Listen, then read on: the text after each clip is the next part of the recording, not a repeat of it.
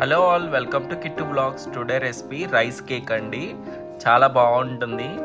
ఇది వెజ్ వాళ్ళకి కూడా చాలా బాగుంటుంది. దీంట్లో ఎగ్ ఏం వాడము, ఓన్లీ డ్రై ఫ్రూట్స్, పచ్చి కొబ్బరి ముక్కలు. చాలా బాగుంటుంది.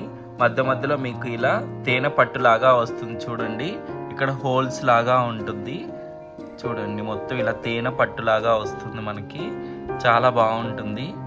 మీరు కూడా ఒకసారి ట్రై చేయండి. ఎలా వచ్చిందో కమెంట్ చేయండి, సబ్స్క్రైబ్ చేయండి. ఇప్పుడు ప్రొసీజర్ ఎలా తయారు చేయాలో చూసేద్దాం. రైస్ కేక్కి కావాల్సిన ఇంగ్రీడియంట్స్ నేను ఈ కప్పుతో రైస్ తీసుకున్నాను. ఇవి 3 hours నానబెట్టుకోవాలండి, లేదంటే 4 hours అయినా పర్లేదు. సో దీంట్లోనే ఒక గుప్పెడు నేను అటుకులు కూడా వేసేసాను ఒకేసారి. బాగా నానిపోయినాయి. ఇవి మిక్సీ వేసుకొని బాగా మెత్తగా పేస్ట్ లాగా చేసి పక్కన పెట్టుకోవాలి.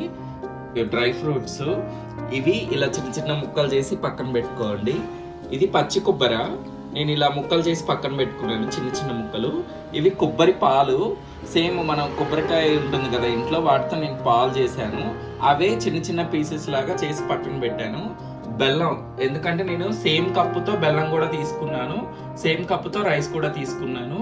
కొంచెం బేకింగ్ సోడా. ఇది ఇప్పుడు ఎలా తయారు చేయాలో చూసేద్దాం. ఇప్పుడు ఒక మిక్సీ జార్లోకి నానబెట్టుకున్న ఈ బియ్యం అన్ని దీంట్లో వేసేసుకొని బాగా మెత్తని పేస్ట్ లాగా చేసుకున్నాము. సో దీంట్లోనే మనం కొన్ని కొబ్బరి పాలు పోసుకుందామండి. కొన్ని కొబ్బరి పాలు పోసుకొని మెత్తని పేస్ట్ లాగా చేసుకుందాము. సో ఇలా మెత్తగా పేస్ట్ లాగా చేసుకోవాలండి, బరగ్గా ఉండకూడదు. సో ఇలా మెత్తగా పేస్ట్ లాగా చేసుకొని ఒక బౌల్లో ట్రాన్స్ఫర్ చేసేసుకోండి. బెల్లం నీళ్ళు చల్లబడిన తర్వాత దీంట్లో వేసి కలుపుకోండి. బాగా కలుపుకోవాలి. బెల్లం నీళ్ళు రైస్ మొత్తం బాగా కలిసిపోవాలి.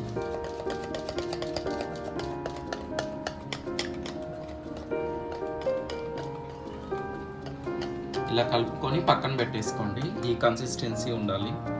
కొంచెం నీళ్ళగానే ఉంటుంది, మరీ థిక్గా ఉండదు, మరీ తిన్నగా ఉండదు.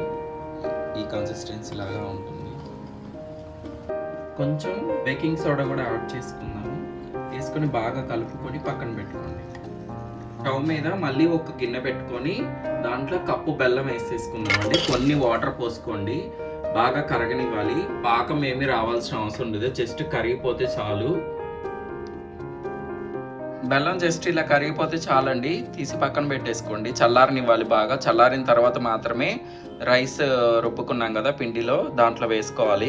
ఇచ్చిన తర్వాత వడపోసుకొని పక్కన పెట్టుకోండి. బాగా చల్లారనిచ్చుకోవాలి. చూడండి ఎన్ని ఇట్లా పార్టికల్స్ లాగా ఉంటాయి. సో ఇట్లా వడపోసుకొని పక్కన పెట్టుకోండి.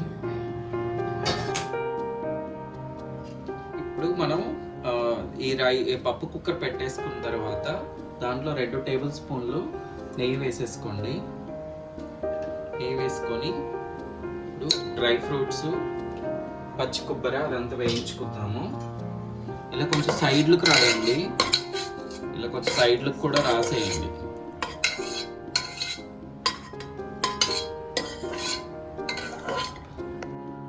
డ్రై ఫ్రూట్స్ వేయించుకుందాం. ఫస్ట్ సిమ్లో పెట్టి చేసుకోండి ఇదంతా, ఈ ప్రాసెస్ అంతా.